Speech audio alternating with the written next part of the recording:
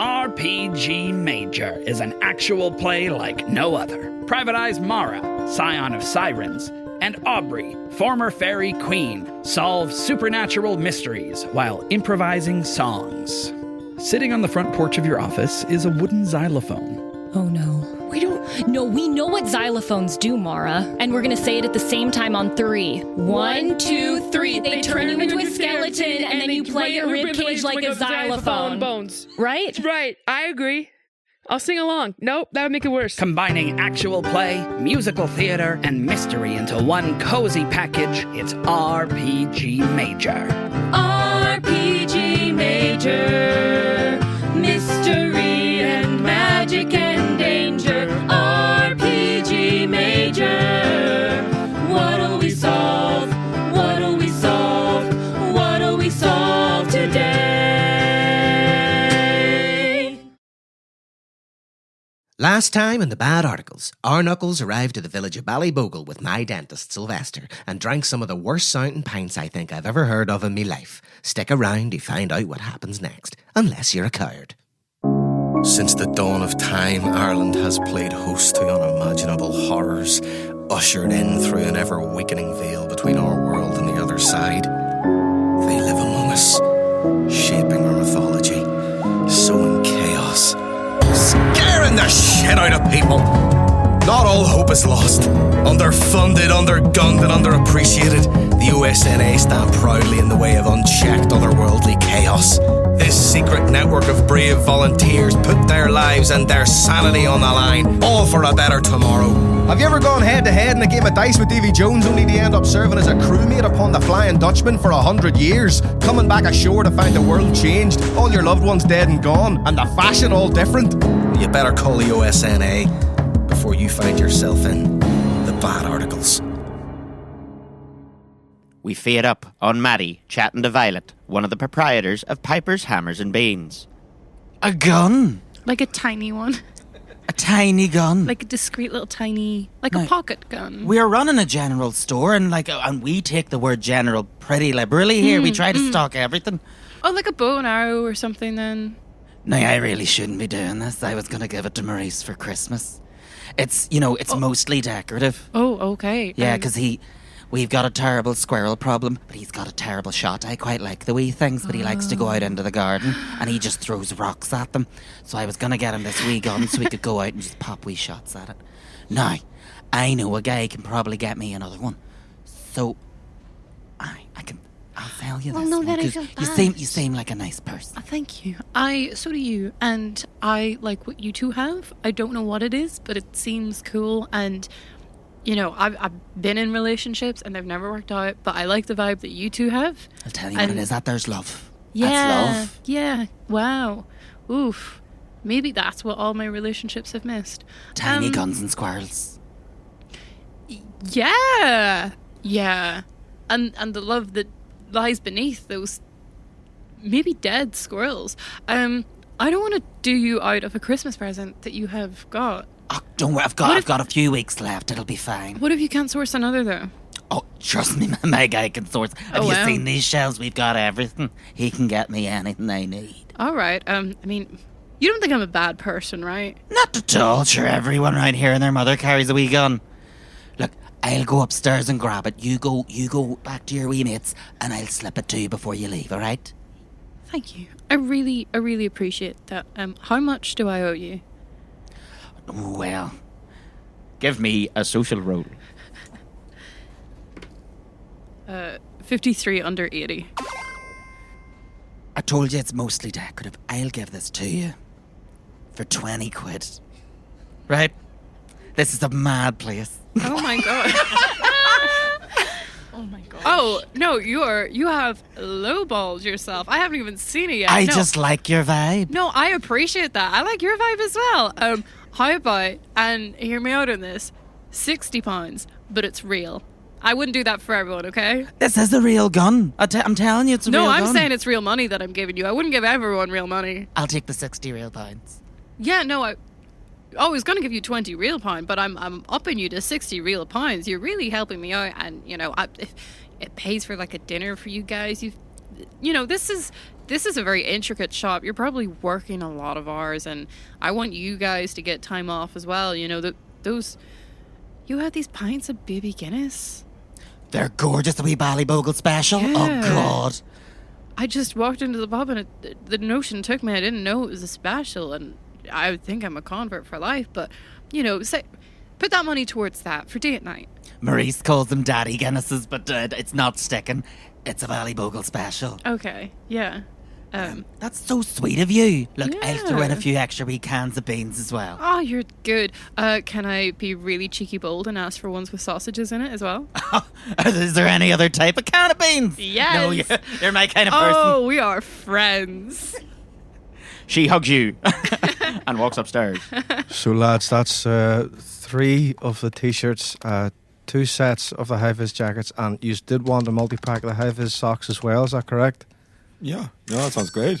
Fantastic. I'll tell you Right, it's one size fits all with the socks, okay? You can utilise them for whatever purpose you need. Maddie returns and joins her fellow Knuckles. Oh, cool. High-vis socks. Yeah, Sir, can I just ask what your most expensive item might be? it's a freestanding bath. And how much is that? It's £500. That's not bad. It's not bad. Yeah, I'll take it. You're going to take it? Yeah. You want to take the bath? I want to see you guys do well. Yeah, I want to... If as long as that doesn't inconvenience you, as long as you don't have a customer lined up for Not it. in the slightest. You'll make my year to purchase that bath. Gideon leaves and he goes into the pub and he goes, Pater, does the Honey Lodge have a bath? Look at yourself. I know it does. It's got a big clawfoot bath and it's got a shower and all. It's brilliant. But it's not freestanding? No. Oh, okay, great.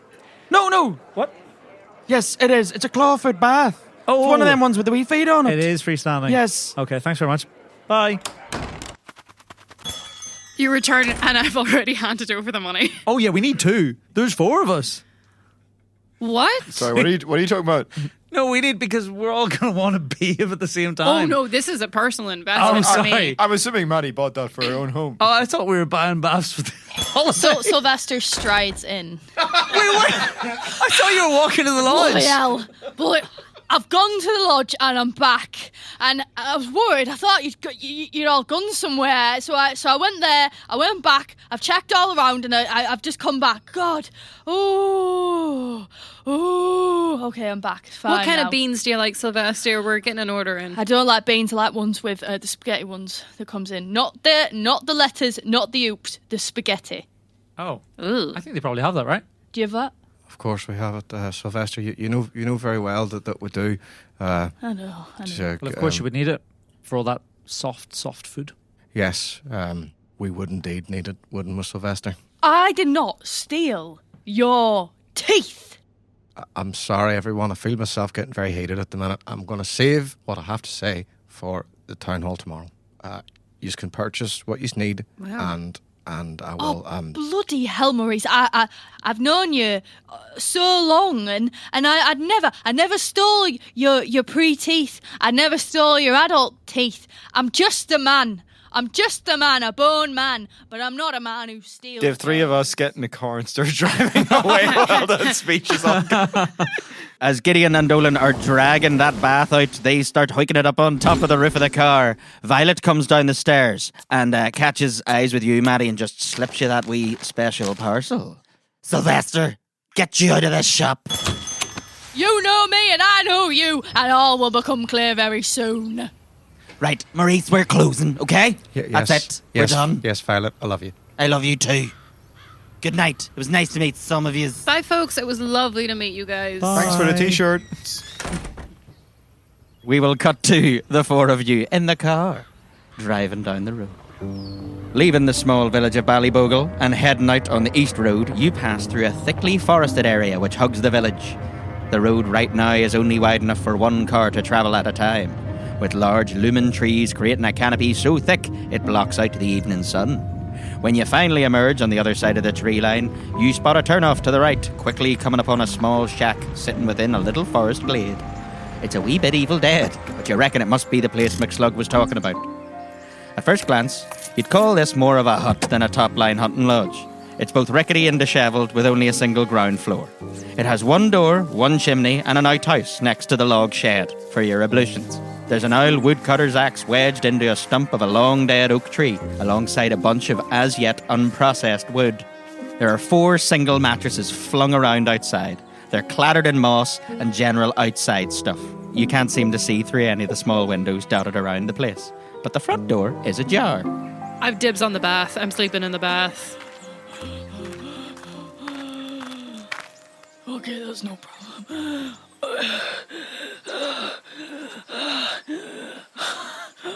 I really thought that, it was going to be a bit more livable state. I mean, I suppose we're getting it for free.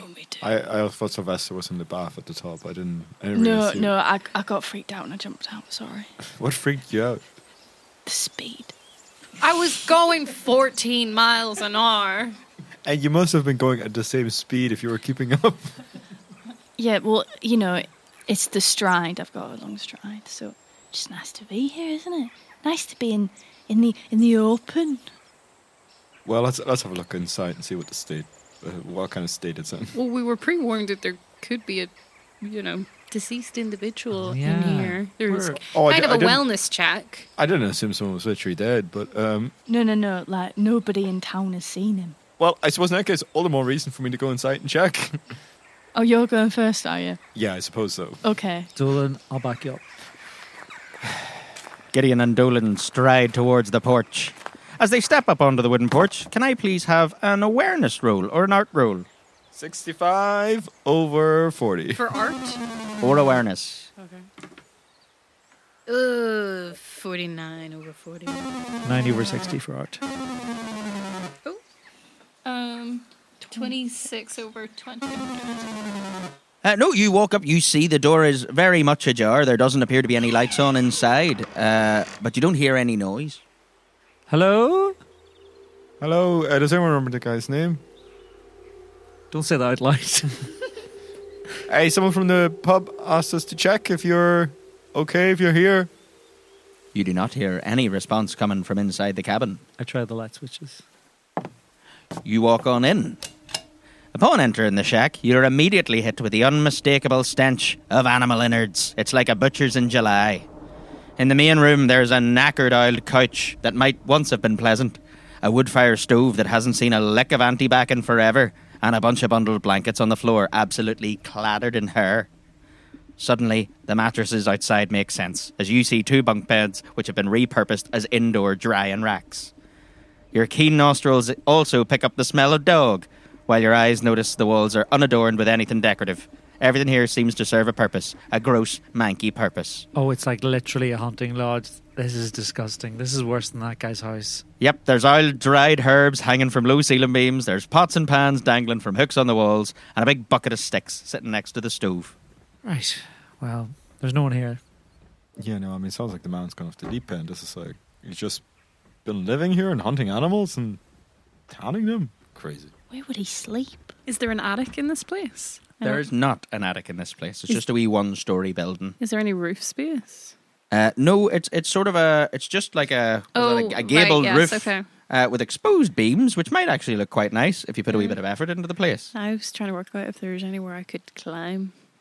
You could probably climb up onto the beams if you wanted, like hop and grab and pull yourself up, but I don't. It wouldn't really be a storage me space. Anything, yeah. It'd probably impress your friends. Maddie, what are you looking up there for? You got a wistful look about you. Like you're thinking of being a child. It's just nice to stretch and, fantasize about maybe saving my friends' lives. Are we in danger? It kind of feels like we could be. Have you seen this place? You're saying scary. I'm ominous. That is the most ominous I'm thing not I've ever saying heard. this, Sylvester. You're not saying we're all going to die, but you're fantasizing about saving us. You can fantasize about things that won't happen. That's why they're fantasies. Anyway, I've got a bit of a sore back and I wanted to stretch. Whoa, you can almost reach that beam up there. Here. I'll help your corporal form. Ready? No. Ready, 1, 2. No, your baby three. hands have touched me Whoa. enough. Oh! Give me an agility roll to see if you can grab onto the beam as your friends launch you into the air. 55 over 40. You're about to go arse over tea kettle. Can I have a preservation roll? But it's 80%, so if you roll under 80, you won't fall on your arse. Shit. 56. Oh, you stumble a wee bit, but you manage to steady yourselves as you hit the ground again and grab onto your mates. That's pretty good. It was pretty good. Thank Oh, you. sorry, You'll get it next sorry time. you couldn't grab it. That was but, scary. You know, that was a bit fun, wasn't it? Get you so high up. Yeah, Who's next? it was fun, but I don't know what it would accomplish. What's this? I'm going to do a backflip with my gi. What's this? That'll be an agility roll. Bloody hell. Well, you're not going to believe this. It's 76 over 20. Oh, Jesus. Oh, I landed on my beans.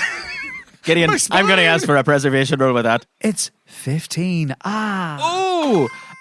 Yeah, you go to backflip and you flick your head back as hard as you can, but your feet barely leave the ground. You effectively do a very small vertical leap while staring at the ceiling. I would argue it's depressing to see. Thank you. No, we're not Dolan? clapping that, I'm Maddie. not No. clapping that. No. 10. Thank you, Maddie. You landed on your feet. I'm just glad you didn't get hurt. Dolan, you got any? Hey, what do you got? Jump. On my bad leg. Hop. I'm not hopping. High five. I'm not a performing monkey here. I'm not going to do a It's trick. worth the shot. Sylvester, you got any moves? I can do the splits. And I don't want to take you out at the ankle. So just be careful. Right, everyone move back. All right, shuffling back. I need 4 meters. I need 4 meters? Look at these legs. They're gonna I can't take my eyes off them. I I'm mean, I would backing up. say Right. you're like 80% legs. Ready? Okay. Right. I'm gonna count down. 1, 2, 3. Can I have an agility roll, Sylvester, to see if you truly can do the splits with your massive legs? 85. As your legs begin to spread, they get maybe about 1.5 feet apart, and you start to wobble. You're about to fall face first into the ground. Can I have a preservation roll? So this, you're going to roll and I think get under 80. 27. You managed to catch yourself, and it almost looks like you're doing a slightly splayed leg press up. Oh. Well, you know, that was a bit embarrassing, but thank you. Good effort. I'm surprised. I was quite warmed up. I'd literally walked, quite a few miles there. So quite surprised it didn't work. But it's nice to just show your tricks, show your stuff. In the midst of backing up for that somewhat underwhelming display, Dolan, you have sort of reared yourself towards the cooking stove. You spot a large cauldron. There's like a pestle and mortar beside it. Can I have an art roll or a survival roll? 77 over 20. Aye, there's all sorts of stuff here. There's like floating shelves above and a bunch of jars. Gideon peers over Dolan's shoulder in a chummy way. And I want to make an art roll. Yes, you can. Give me that art roll. Come on, collage. It's, what is that, 15? Under 60. You reckon that whoever lives here has been making their own wee rubs and like mixtures of herbs and spices, like some kind of survivalist Wolfgang Puck. The stove itself is stone cold, but on the shelves you see these jars. It looks like it's a lot of locally grown herbs. You'd expect that this stuff's been foraged, not bought. There's rosemary, there's thyme, there's parsley, there's sage, but these look primarily like cooking herbs that you would see. Sylvester, you notice there's a jar in there with some what look like little small off-white pebbles. Those are teeth. You know teeth anywhere. You could spot them a mile away. Oh no. You'll never believe this. Right. Look at that. Look at that. What do you think that is? Can I have a first aid roll from you with advantage? Absolutely. 4. A closer investigation of these teeth, you know they've been split up because there's more than one jar there. There are incisors, canines, premolars and molars that have all been separated out. But you definitely know they're not human. These are animal teeth. Right. You won't believe this. You guys know I know teeth. And I've seen teeth Yep. of all... Yeah, we know. I've seen teeth of all people of all places. And of animals of all places. And breed. You won't believe this. Can you stop rattling the jar, please? What's wrong? It's fascinating, the sound of it. This is why I got into this profession. Unsettling. I know it wasn't you, but the fact Right, that you're I'll shaking put your it jar. down. Thank I'll put you. it down. Right. I'm going to just pour a few out. Right, look at that one. You won't find that in a human mouth. From nowhere or nobody. That's not a human tooth. That's a fox's tooth. And this one, look, in the same jar. This one, the one of a cow. Can you tell if these teeth were like pulled out or whether the manner in which they were removed? Yes, indeed. I'm going to ask for another first aid roll from you with advantage. 23. You see, just beside them, there's basically pliers and stuff hanging next to the wall. You could probably use these as rudimentary surgical or dental tools. So you'd guess that these have been properly yanked out of the mouths of these animals. It's not like they fell out. It's not like they've been collected. Now, they weren't working in, some sort of dental studio like yourself, but they have indeed been removed by human hands. Well, that's rather horrifying, but it does imply that, however, these teeth are retrieved seems to be different from the rest of the teeth. There's no sign of injury or No, pulling, right? no, but if you get an adept enough dentist. Like you. Oh, right, now you are accusing me. No, you're accusing yourself, Sylvester. You said like me as in my caliber. Yeah. Oh, yeah, it was a compliment. Right, sorry. Right, sorry, Just guys. cool I'm it. touchy. I'm touchy. People accuse me of stealing their teeth, and I never even stole their teeth. Right, I won't go on about it. I won't go on about it. I won't go on. We about will be it. asking you throughout this journey. We will be asking you questions about teeth and their removal. Assume we're not accusing you unless we explicitly I'm a accuse touchy you. man. It's understandable. It's understandable. Okay, well, We're in some sort of horror cabin in the woods. but if you're adept enough, even the animal might not know. They might be sleeping. You never know. You could get in there and get it out quickly as anything. I mean, I was really hoping you would say there's no way that a human could have done this and then we could have just immediately moved on to no. alternative practices. But now we have to consider that there's a second equally skilled dentist in this town. No, well, I doubt that. I have wondered, do you do your own dental work? No, I trust no one else with my teeth but me. So you Truly. do your So own you dental do work. do your own dental No, I work? don't do any dental work. So you just leave them. Yeah, They're ambient. yeah. No, but I drink a lot of milk.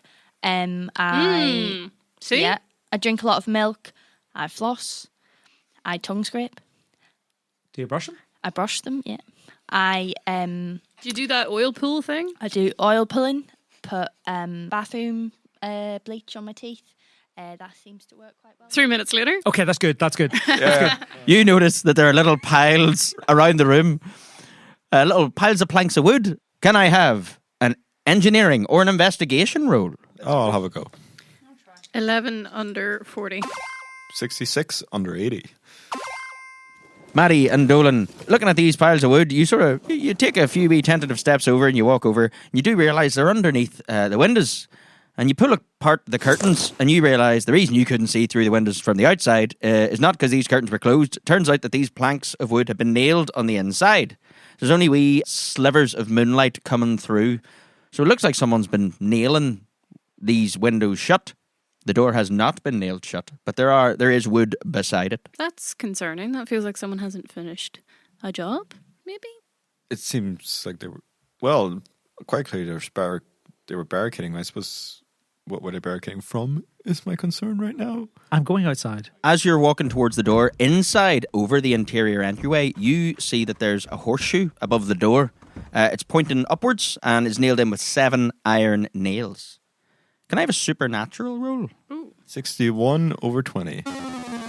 80... fail. Also feel. Also fail. Aye. It's a nice wee decorative horseshoe, and it's nailed above that door. Lovely. I go outside. I'm thinking exactly the same thing as you. I look up at the sky, see what the moon's doing. You know, I'm actually going to follow him as well because I'm worried about him. You walk outside. Aye, the moon, it ain't full, if that's what you're asking. Well, that would be bad writing, eh, Dolan?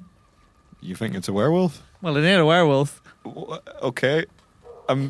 Wait. Were you hoping it was a full moon and then we know it's a werewolf? I'm confused. What was your fury? What was You guys talking about werewolves out there? We are talking about Yeah, werewolves. sorry. I just thought it might be a werewolf. Dolan, you've come so far. Yeah, I mean, I suggested Tooth Fairy earlier on. I'm sort of opening up to the idea that it's... Well, why don't we consider that, like it could maybe be a werewolf, maybe. Who steals teeth? Yeah, we don't know what werewolves do. There's no document of it, That's true, actually, I mean, there were signs of witchcraft as well. May I have, if you're all standing outside here staring up at the moon, can I have another survival or supernatural rule from any of you? 56 over 20. 26 over 20. 17 under 20. Hanging from the awning on the little porch bit out the front, you spot a relatively well-known twist of rowan branches wrapped in red thread at the centre. So it's an equal-armed cross. But you know that it's also known as St. Andrew's Cross. They're common enough symbols in folklore, but they're renowned for warding off witchcraft and malevolent spirits. So they're normally placed as some sort of protective charm. And that's only outside of the house? It's sort of hanging on the outside. You also, now that you're thinking about it, back inside while you were getting yoiked up into the air to grab onto them rafters, there were a few of them hanging from the rafters as well.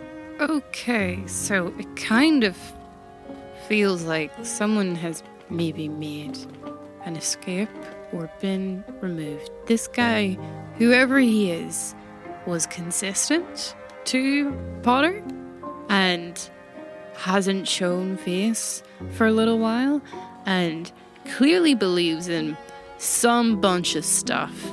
Was getting a little bit worried maybe about maybe his own well-being being inflicted on the others or something coming for him. Some kind of curse? Kind of feels like he's throwing a lot of things at the wall, so I don't know if there's one specific thing that he's covering for. I think if it is, seems pretty spooky. And it's awful late.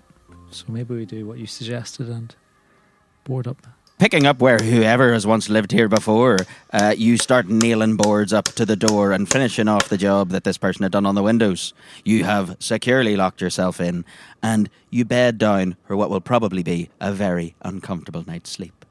I turn to Dolan and I say, I know what you're thinking. I can assure you, you don't. You're thinking, I'm locked in here with you, but you're locked in here with me, and I just start tickling you. I slap him. I slap his hands out, and I think I ball up a fist, but I don't punch. In the dark, Dolan just holds a tin of beans above my head, puts it down. We fade to black on this disturbing tableau of Dolan with a little clenched fist and Gideon holding a can of beans menacingly. The following morning, you awaken, probably somewhat later than you would have expected, given that there was no sunlight shining in through these windows, and you realise you're a little bit late for the meeting. You pry the boards off the door with the hammer that you found in this here shack, and you make your way back into the village of Ballybogle, and you head towards the large church building, attached to which is the village hall. This place is absolutely buzzing. It's about 10 to 11.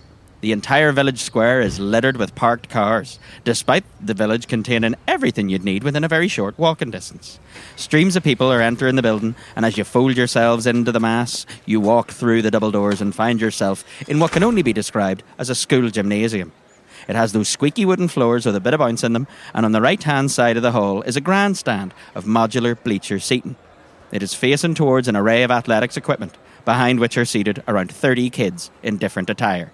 As you take your seats and you spot some of the kids holding juggling batons, one of them has a top hat on and is holding a white stuffed bunny rabbit. A few others are dressed in similar tracksuits and appear to be sitting together. Suddenly, the knocking of a loud gavel rings out through the hall, and you turn your heads 90 degrees to see a tall, lion-maned man in a suit with a well-groomed beard. He spreads his arms ceremoniously and clears his throat. Welcome, proud parents of Ballybogle, to this, our biannual gymnastics and talent competition. I'm your judge, Mayor John, and I hope you're all as excited as I am to see what the little ones have in store for us today. Now, most of you are aware that the hall will be in dual use to host a town meeting at the same time. I've got 2 weeks in Costa del Sol booked on that new teletext feature, and we leave tomorrow morning, so we need to get this done and dusted. Kids, yous far away, and I'll be keeping keeping one eye on yous, all right? Now blow my mind. All right, proud parents. First up, we have Matthew, who'll be performing some gymnastics for us. A round of applause for Matthew. Without missing a beat, you see the first child step on out and grab hold of a pommel horse. Two excited parents at the back of the bleachers begin clapping wildly as the boy yoiks himself up onto the thing and starts firing his legs around like mad. The gavel rings out again and almost scares the young fella off his game. But you spin your head 90 degrees back again to see Mayor John readdressing the crowd. Very good, Matthew. You're like a turbine. Someone stick a battery into this kid. 10 out of 10. Now, for the rest of you, I believe we have some accusations to... Sorry, excuse me. Reaching into his large pinstripe jacket, Mayor John pulls out an enormous mobile phone and telescopically extends the large aerial.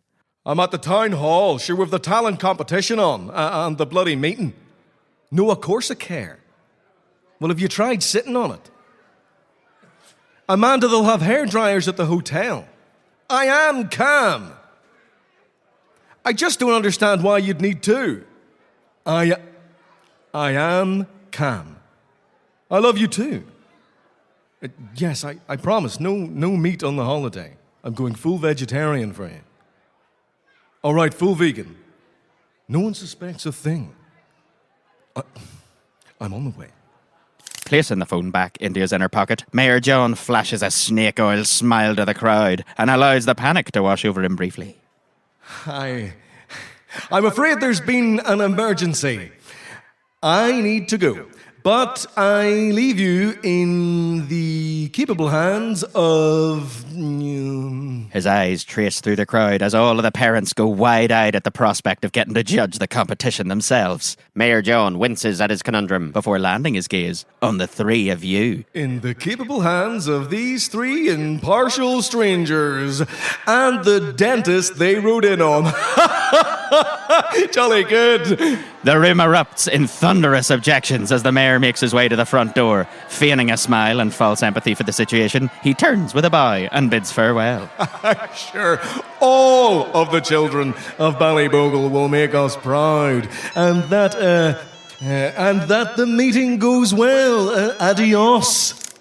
With all eyes on you, you'd better get up to that podium. There are children waiting to impress you. Oh, Dolan goes up to the podium, I think, quite confidently. Dolan strides confidently up to the podium, picks up the gavel. Are you two joining it?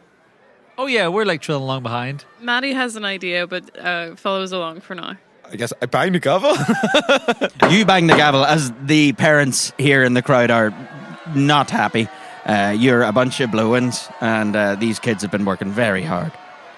Now, I know you don't know us from Adam, but I can assure you we'll be impartial and quite possibly the only ones here who can be. And these are quite clearly very talented kids, and we're all very eager to see their performances. So I think we should all go on ahead with the show. Quite clearly been working hard, and we want to give them a proper opportunity. So no complaining from any of the parents, all right? The crowd once again erupts with protests. I bang the gavel. You bang the gavel. Now I won't be having any of this here. You're ruining the kids' day. A familiar voice from last night pipes up. Here. No, look, the kids already had a wee go, all right? He said we're dual booked, okay? We'll go one about. And look, Maurice, you have something to say, don't you? We're going to deal with this tooth situation once and for all. I have something to say. Yes, hello, fine people of Ballybogle. I'm Maurice Piper. You know me well. That's my wife Violet. Hello. I stand before you today as a proud pillar, a proud pillar, not a biller. I sound like an idiot. Don't worry, love. Don't worry. A proud pillar of the Ballybogle community. Without Piper's hammers and beans, where would you get your cans of tuna, your paracetamol, your fresh socks, and chainsaw blades? Put your trust in me to keep this town stocked, so put it in me now. What? Your trust.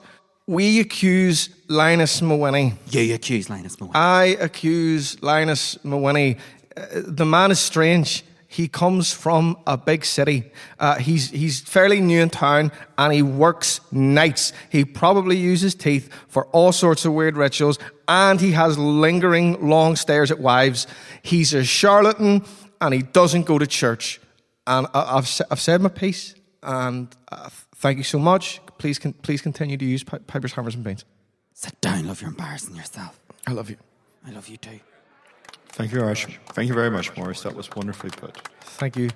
Dolan, we're not gonna like discourage accusations of this nature. Well, I'm just happy that it's...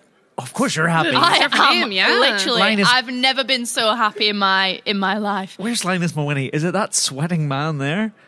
Linus Mawhinney is not here today, sir, because, as I said, he works... Sorry for calling you sweaty, sir. Sorry for calling you sweaty, sir. Apologies. That's perfectly acceptable. No, not you, Maurice. The man behind you. That's Sweaty Dave, and he would not take it as an offence. Don't worry, I don't mind. It's fine. It's perfectly on the nose. As you all know, I love you all. Love you too, Maurice. And I hope that you take my accusation very seriously. Linus Mawhinney, I do not like him. I think he steals teeth. He does some sort of weird Eastern medicine. Oh, there's a kid over there trampolining. Donald. Yeah, I think this is you spoke your piece, Morris. So let's leave it at that. Look at that kid bounce. Let's look at the weigh-ins. Okay. Okay, Pride parents, please keep up that feisty energy as you put your hands together for our next talented tot, Tommy Lee. A skinny wee fella, no more than 8 years of age, walks into the space cleared at the far end of the hall that's serving as the stage for this talent show. Dragging behind him is a pillowcase, which he proceeds to empty onto the floor. An array of cuddly toys spills out onto the hardwood before he tears open his school shirt, revealing a Brett the Hitman Heart vest. This young lad then showcases some surprisingly accurate wrestling moves on this assortment of cuddlables, landing suplex after suplex on a stuffed elephant before chokeslamming a crocheted representation of Postman Pat. Bellowing as loud as his preteen lungs will let him, he screams, "The best there is, the best there was, and the best there will ever be," before taking a bow and stuffing his battered wee toys back into the pillowcase and shuffling off. Woo! That was brilliant. Hell yeah!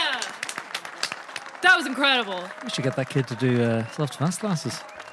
I mean, I could see that. That's a contender for the belt if I've ever seen one. Hey guys, I don't know. I want to run something past you. Just slightly away. Yeah, sure. Let's cover it. Folks, give us just 1 second. Just one moment while the judges convene. So, these guys don't really like us. These parents, they don't like us, right? Yeah, no. The we're townspeople winning them over. don't know. Dolan's charm. I mean, they'll never like any judge or teacher. It's just part of the territory. Well, okay, then I was thinking that, maybe we could lean into this kind of rivalry a bit more. We're the out-of-towners. We're the unknowns. And these people like their, youth sports scenes. And I know that I'm not young as these kids. Are you per suggesting se, you but entered a children's talent show? I kind of really want to, yeah. I feel like this is my time to shine, and I'm just really inspired by these kids, so I just want to give something to go. I was thinking ribbon, but, whenever I'm out there, let's see what happens. There's a pommel horse, there's rings. I could maybe do a somersault. We can see what happens. But I don't know if, people would think favorably of that generally. But I'm just kind of inspired, and I just have this real fire in me to perform for these people. Well, why don't you two go and try out? Oh, thanks for coming behind the judges' table, by the way. I'm sorry, you didn't. I've been here the entire time. Sylvester has indeed been there the entire time. The four of yous are all huddling together, and there is a room of people watching. You're very quiet. I know. I'm a man who's quite tall, but so easily overlooked. Anyway, I think you guys should go and try that. I really do think you'd do really well, I think. And then we can sort out the whole teeth thing, because, people aren't really suspecting me anymore, turns out. You actually put that in a way that appeals to me a lot more. You two keep busy with the children's talent show, and we'll try and solve the supernatural mystery. Yeah, let's clear my name. Yeah, I do want to clear your name. Excuse me. Yes, thanks for putting up your hand. Oh, you're very welcome. Hello. My name is Lynn. Hello, sinners. Oh no. Uh-oh. I play. I would just like to remind you, we did cut off Maurice when we thought it was getting dicey. We will do the same this again. is a spicy energy. I for don't a judge Friday anyone. morning. Only God judges people. Okay. I play keyboard for the church. I light the candles. I hoover. I mop. I teach the Sunday school. And quite frankly, this situation, I blame the lot of you. This woman points at every other person in the auditorium. She doesn't really point at you, because you're new. For the sins of vanity and lying, adultery, speaking out against elders, rubbing your mucky shoes all over the pews. Listen, this smoke show can't help seducing everyone Yeah. who sees adultery isn't that bad when your Adultery wife is is bad. Zealand. Faithful to my wife. It's literally in the only book I've ever read. It's bad. What's that? Adultery. Adultery? Yes. It's on one of the first pages, or maybe like a bit into it. You haven't read the Bible at all. I have. I read it so much I don't even remember what page I'm on. Convenient. All right.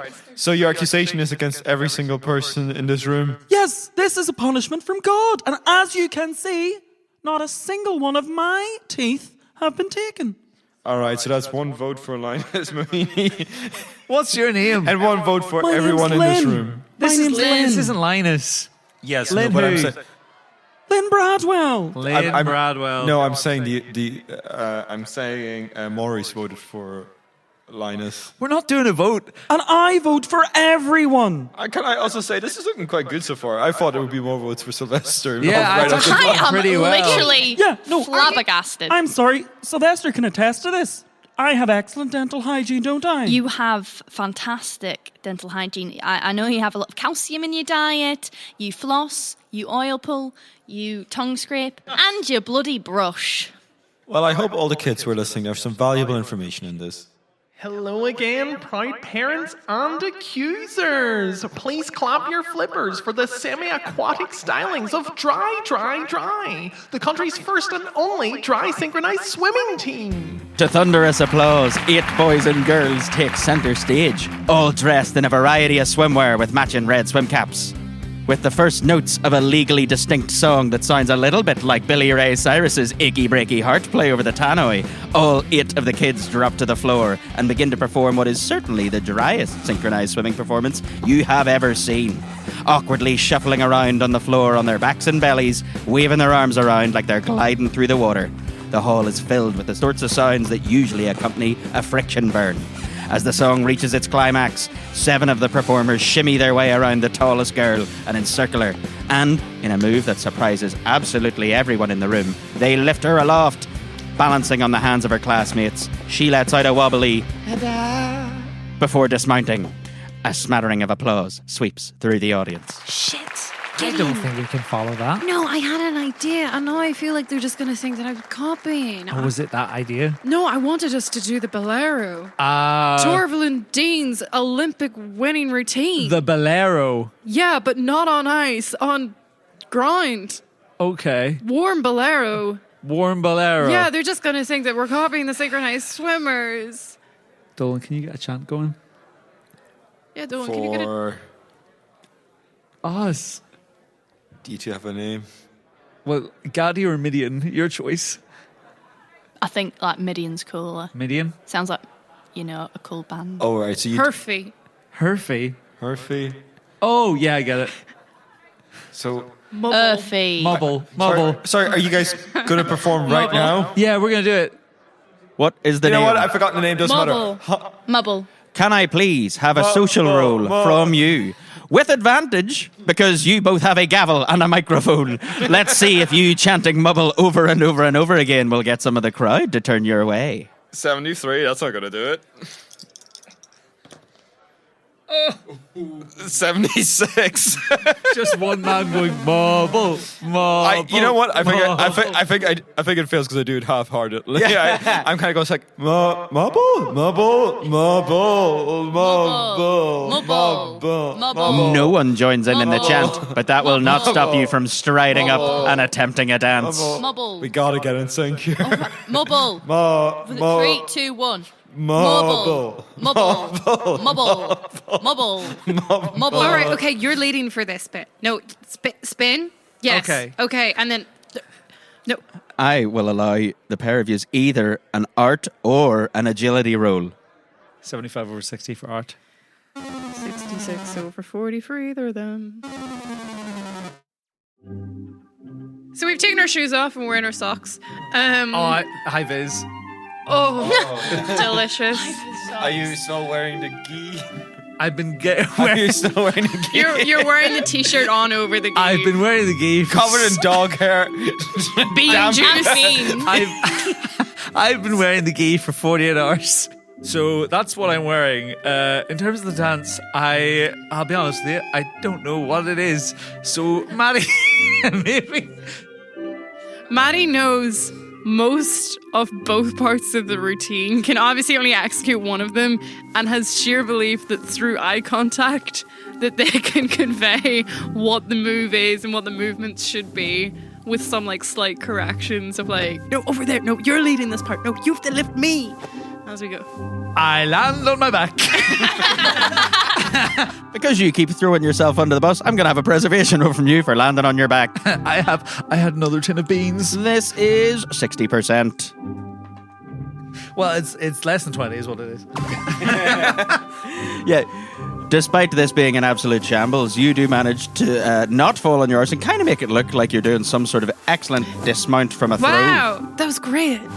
Louder for the people. But will it work for the judges? Hubble. No, we can stop. No, we can. No one applauds. I just kind of go. Thank you. Thank you. We are regulars in Rathgool. Come and see us sometime at White's Tavern. Well, isn't that nice? They seem to have been inspired by that synchronized dancing routine and done quite clearly something very similar to that. Sorry, no, I'd like to speak. What's your name? My name's Alexander Little. Hi, everyone. Okay. Sure, you know me. I own the Sweet Tooth, the sweet shop in the centre of the village. Come on, Xander has you all sorted out.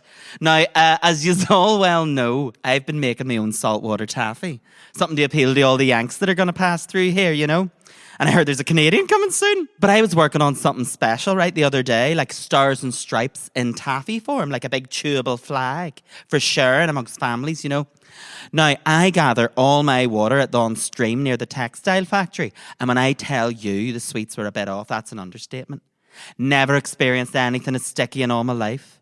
And red, white and blue, try purple, orange and grey. Whatever chemicals the woman is using can't be good for you. Probably dissolving the teeth right there in people's mouths. So I left. I went up, right? I went up in the middle of the night and I left a big whole batch of that taffy on her doorstep at the factory. And she's welcome to it. People say sweets are bad. Bet you say sweets are bad, don't you? I say that every day. Oh, come on, sure. You need to have a wee bit of fun in your life. I keep you in business. No, my bit of fun is having functional teeth. All of them. Alexander, why are you saying this at a town hall meeting? What's going on? Look, I think people's teeth are falling out because of what your woman, Noonan, she's running that textile factory. She's pumping all sorts of nonsense. All sorts of nonsense into the water supply here. Hall. I know that water in this part of the country can come out brown. It can be cloudy. But I normally like that taste. There's something in the water. It's weird. I don't like it. And it's her fault.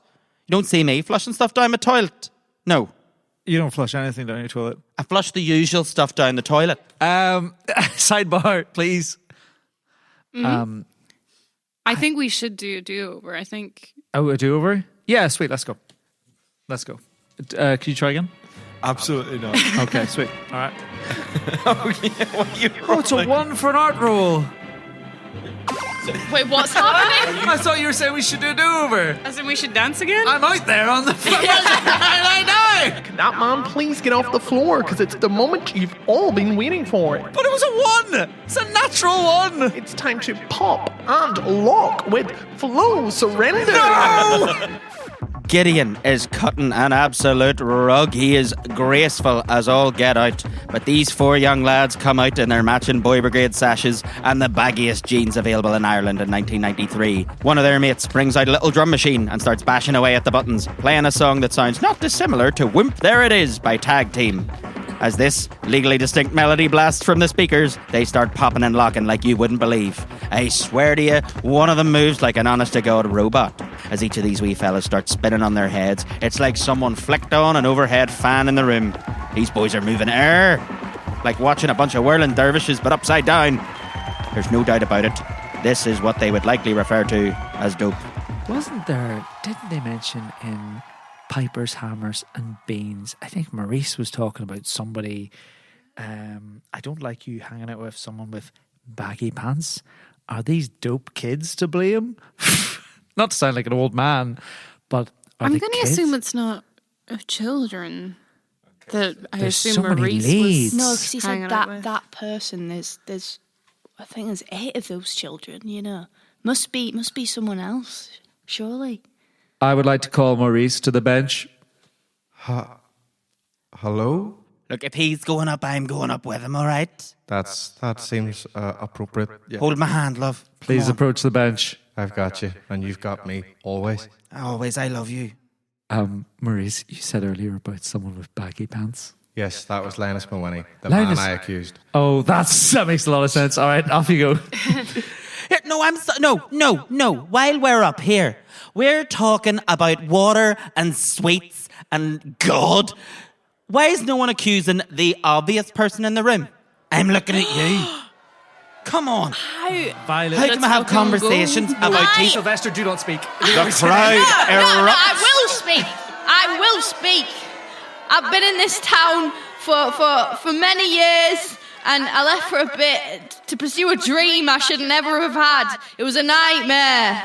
But now I've been here for years, and I've tried to serve all of you best I can. It's not me doing this to your teeth. It's not me. But we must find out who did or what did. Together we can come up with a solution, but it mustn't be me. I'd never do such a thing. I love teeth. I'd never hurt them in such a way. Can I please have a social role from you? And you know what? I'm going to give you advantage. Because that was an impassioned speech. Thank you. And again, you've got the power of the Tannoy speaker system amplifying your voice. 19.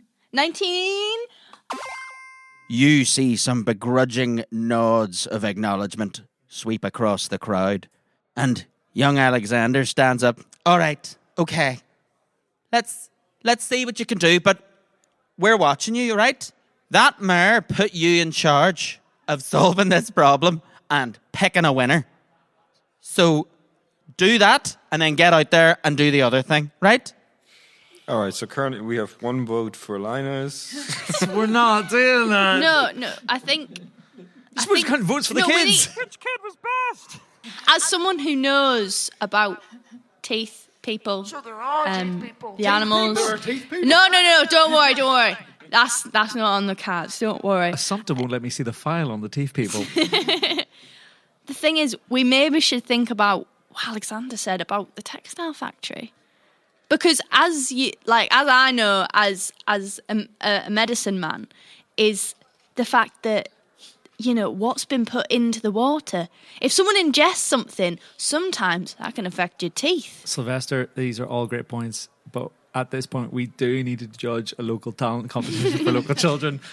So Dolan, I feel like that's the easier one to solve first. I think the wrestler boy. The wrestler boy, yeah. Yeah. Because I just did thought, love the wrestler like, boy. there's That's a who future inspired in me that, to you get know. I think involved. really showed Postman Pat who's boss. We have different reasons, but I think we're on the same page. How about you two? Do you... Tommy.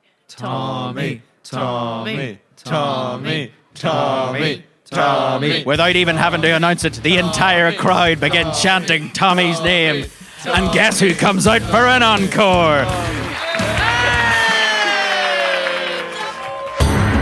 Next time on The Bad Articles, join our Knuckles and my dentist as they investigate a potentially evil textile factory and chat to a fellow who wears baggy trousers like Aladdin. The Bad Articles is created by J.R. McCormick and Aidan Kelly. It is produced at Felbryn Studios by the wonderful Clark Phillips, with additional sounds and voices from Conleth McVeigh. Starring Laura Conlon, Patrick Meier, Niall McKenna, and Amelia Price.